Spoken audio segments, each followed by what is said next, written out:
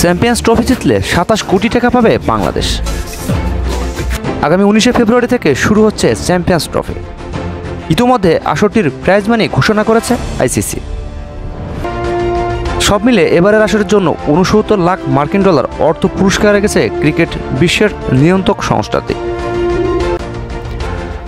সবশেষ ৮ বছর আগে অর্থাৎ ২০১৭ সালে অনুষ্ঠিত হয়েছিল চ্যাম্পিয়ন্স ট্রফি। সেবার এই পুরস্কারের পরিমাণ ছিল ৪৫ লাখ মার্কিন ডলার। এবার ৫৩% বেড়ে এই পরিমাণ দাঁড়িয়েছে ৬৯ লাখ ডলার, যা বাংলাদেশি মুদ্রায় প্রায় ৮৩ কোটি ৩৭ লাখ টাকা। আজ এক বিজ্ঞপ্তিতে এই প্রাইজ মানি ঘোষণা করেছে আইসিসি,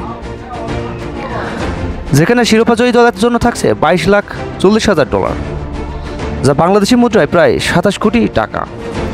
সঙ্গে দেওয়া হবে একটি ট্রফি, আর রানার্স আপ দল পাবে ১১ লাখ ২০ হাজার ডলার, যা বাংলাদেশি টাকায় ১৩ কোটি ৫৩ লাখ প্রায়। সেমিফাইনালে বাদ পড়া দুদল পাবে ৫ লাখ ৬০ হাজার ডলার, যা বাংলাদেশি মুদ্রায় ৬ কোটি ৭৬ লাখ টাকারও বেশি।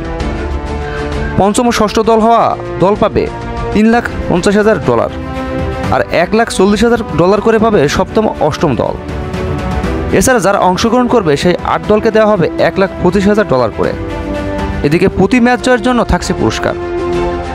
জয়ী দলগুলো পাবে ৩৪ হাজারের ডলারেরও বেশি পুরস্কার। চ্যাম্পিয়ন্স ট্রফির এবারের আসরে বাংলাদেশে রয়েছে এ গ্রুপে। এই গ্রুপে তাদের সঙ্গী ভারত, পাকিস্তান ও নিউজিল্যান্ড।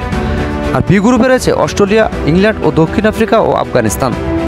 প্রতি গ্রুপের শীর্ষ ২টি দল যাবে সেমিফাইনালে।